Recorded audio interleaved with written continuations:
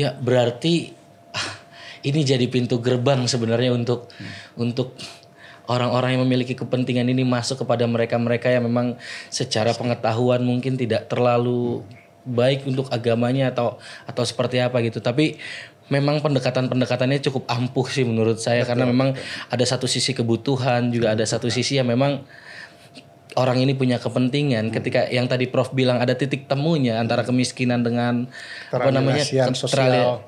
keterasingan itu, jadi akan lebih mudah dimasukkan gitu. Betul sekali. Tapi kenapa ya Prof,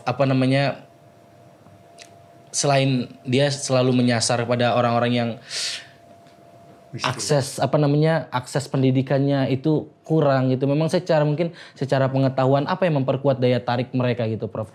Orang-orang yang punya kepentingan ini gitu. Jadi kelompok-kelompok target mereka itu sudah jelas. Tadi 2 sudah kita diskusikan. Ekonomi lemah, miskin gitu ya. Apalagi miskin ekstrim. Kemudian yang kedua adalah keterasingan sosial. Dan yang ketiga yang lebih penting itu adalah pendidikan. Jadi pendidikan ini sebenarnya punya peran yang sangat penting di dalam memberikan horizon kepada masyarakat kita untuk berpikir secara kritis. Bisa membedakan hal-hal yang bisa mencelakakan mereka dengan bisa memberikan manfaat. Nah, ketika orang-orang itu sudah teridentifikasi tidak punya potensi pendidikan yang memadai, misalnya putus sekolah atau sama sekali tidak sekolah, atau bahkan orang-orang yang sekolah sekalipun, tapi karena ada benih-benih ekstremisme, itu lebih mudah diajak oleh mereka. Apalagi mereka yang memang tidak punya pendidikan, putus pendidikan dan sebagainya, itu jadi sasaran empuk. Maka disitulah doktrin-doktrin keberagamaan, doktrin kekerasan sosial, doktrin menafikan otherness yang lain gitu kan. Kita diajak bahwa kitalah yang super, kita yang terbaik. Yang selain daripada kita adalah orang-orang musuh yang harus kita perangi bersama. Orang tidak punya pendidikan, mana bisa bertanya, oh apa iya benar bahwa mereka itu berbeda dari saya, adalah musuh saya. Tidak ada lagi daya kritis mereka. Padahal semua agama-agama besar di Indonesia ini mengajarkan tentang cinta kasih, mengajarkan tentang kebajikan, mengajarkan tentang kasih sayang, bagaimana kita memperlakukan orang itu dengan baik, sebagaimana kita juga ingin diperlakukan dengan baik oleh pihak lain. Nah, inilah pentingnya pendidikan tadi itu, terutama pendidikan nilai, pendidikan agama, atau pendidikan Pancasila lah di negara kita. Bisa menumbuhkan budaya saling menyapa, saling melindungi, saling menghargai satu sama lain. Kritis dia pendidikan itu. Apalagi memang presentase pendidikan kita cukup banyak, itu 11% memang yang tidak lulus SD gitu jadi secara ketermudahan gitu untuk dipengaruhi sangat akan lebih mudah sekali terbuka gitu. Pintunya untuk dimasuki oleh kekerasan tadi, ideologinya. Baik nih, Prof, mungkin kita bisa minum dulu sambil santai-santai. Saya di sini akan ada games, Prof. Ada game ya? Ada games. Nah, untuk siapa game itu? Untuk Prof dong tentunya. Siap. Boleh Prof, diminum dulu Prof. Biar kita gak ngomong terus sih Prof.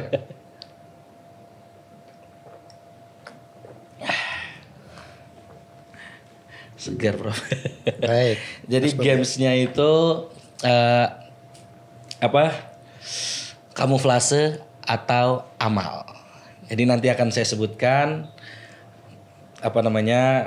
salah satu lembaga-lembaga, apakah ini benar atau tidak. Nanti tolong Prof jawab. Nanti juga saya akan tanyakan alasannya. Saya hadiahnya apa ini kalau saya bisa jawab? Nanti hadiahnya di belakang aja nih Prof. Sip.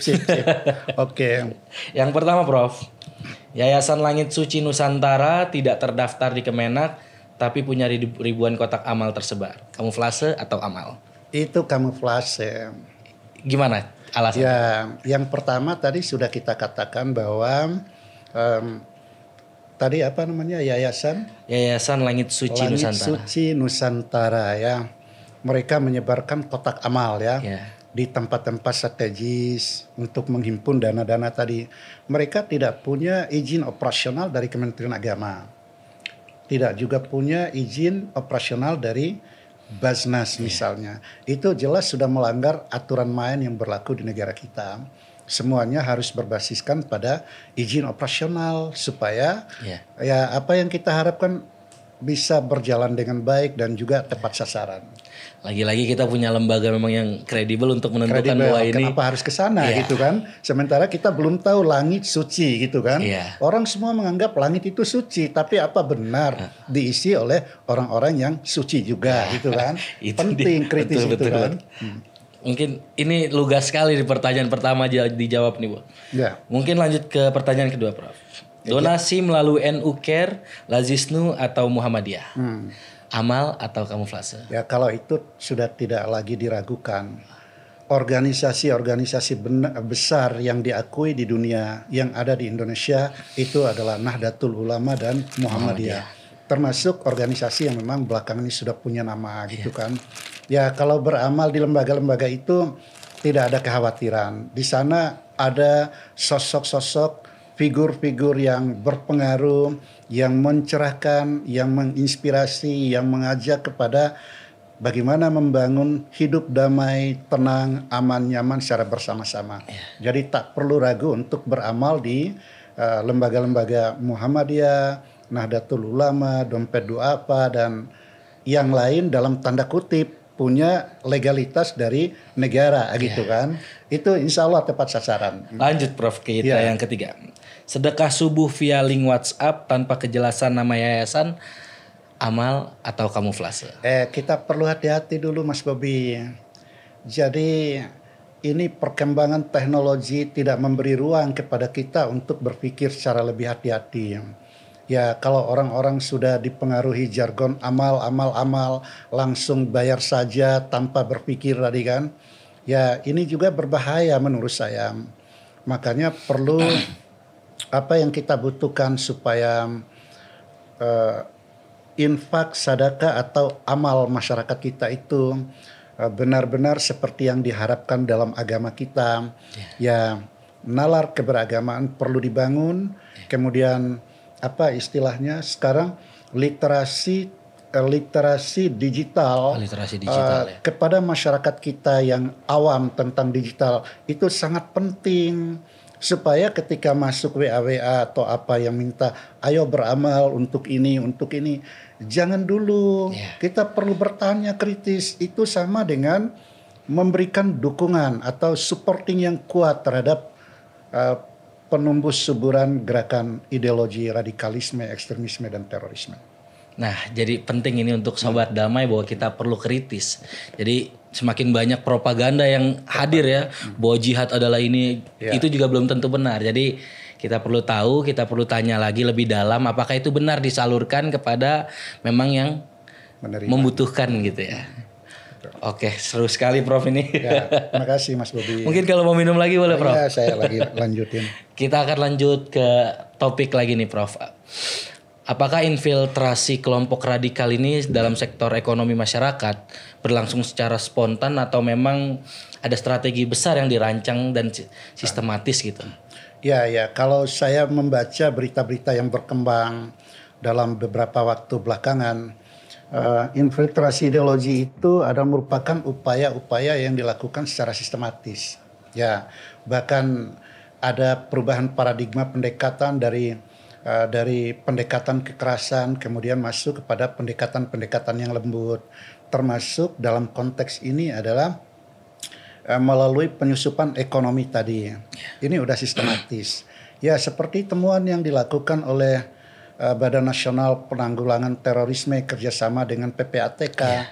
Kalau tidak salah tahun 2014. Itu siapa yang pernah menyangka bahwa begitu banyak rekening-rekening bodong, rekening-rekening yang tidak teridentifikasi secara baik dan benar lalu digunakan oleh masyarakat luas.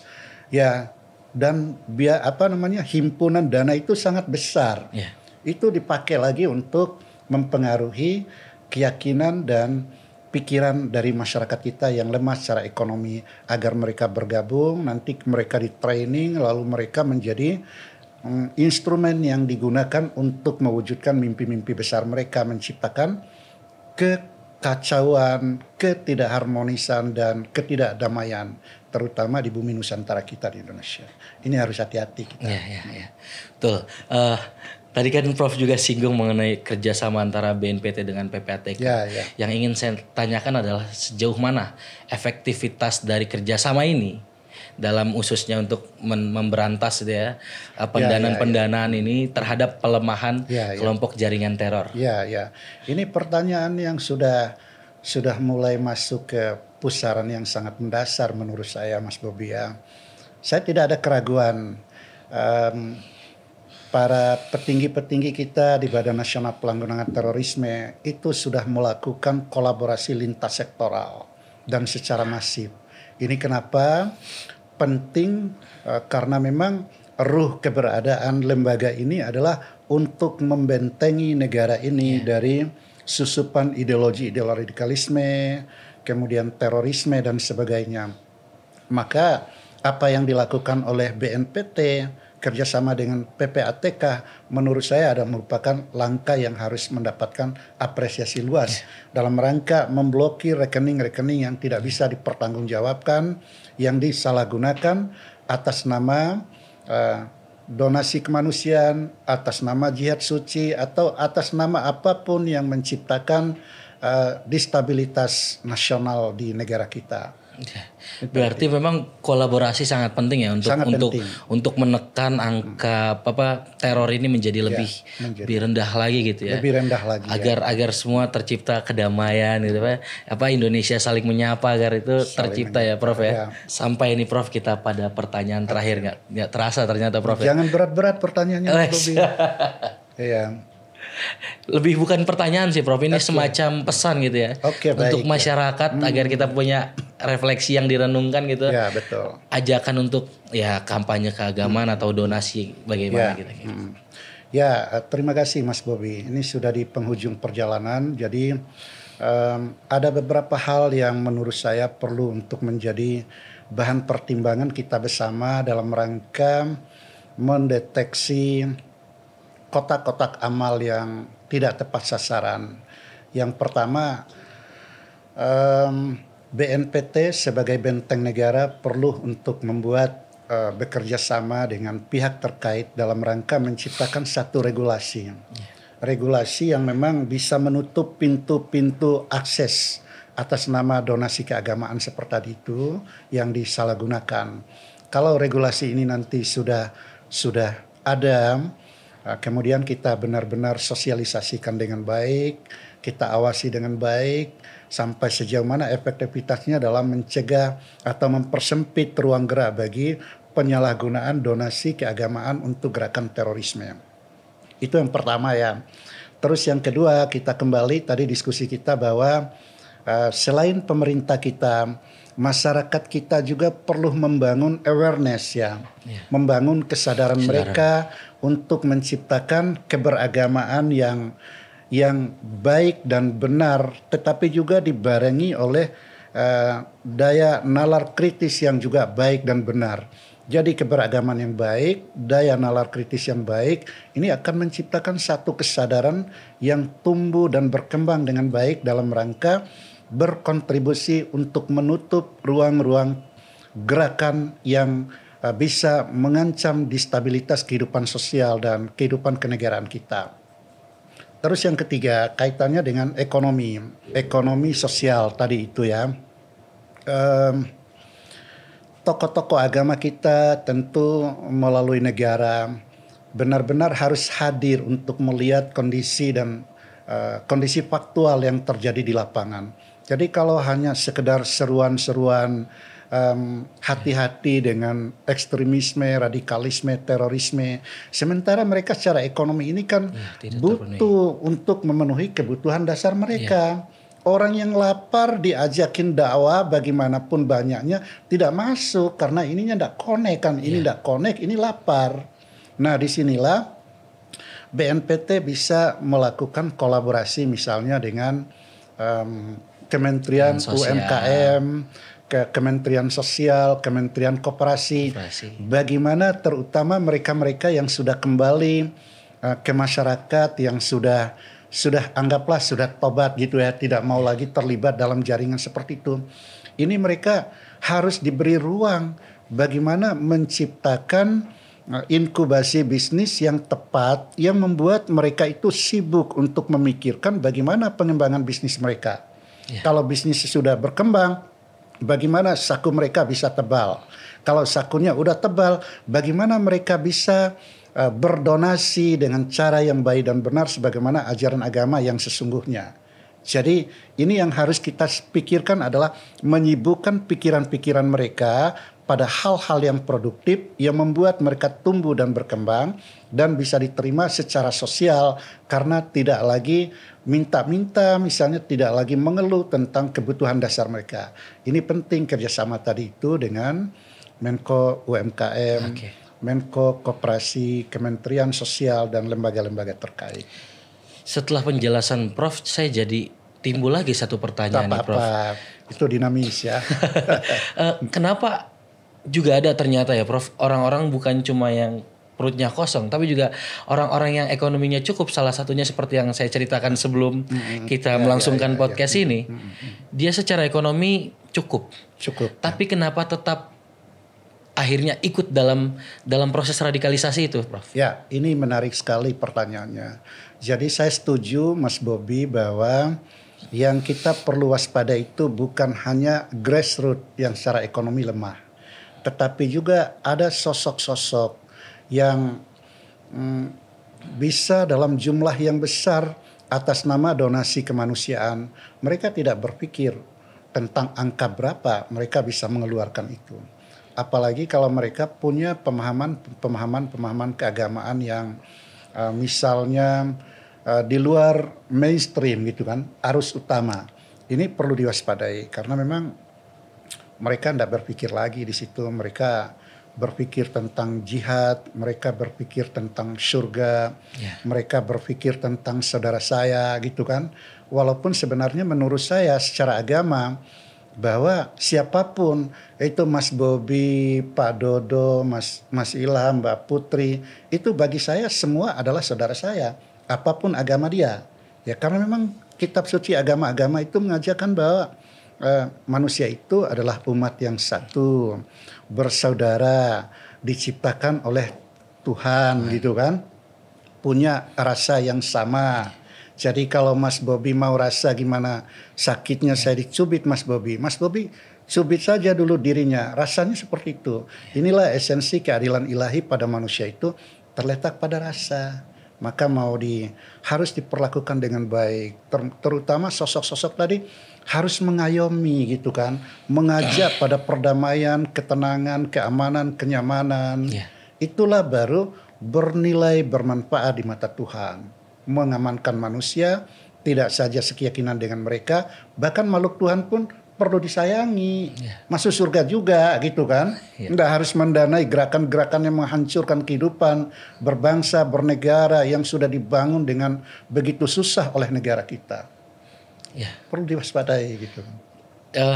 Akhirnya terorisme ini bisa menyasar kepada siapa saja ya. Siapa saja. Tapi yang lebih penting lagi bagaimana kita sebagai manusia yang hidup dalam Indonesia yang beragam ini saling menyapa, saling membantu, saling menghargai. Yang tadi Prof bilang sebagai toleransi itu sendiri. Mungkin Prof sekarang ini semacam pesan gitu ya.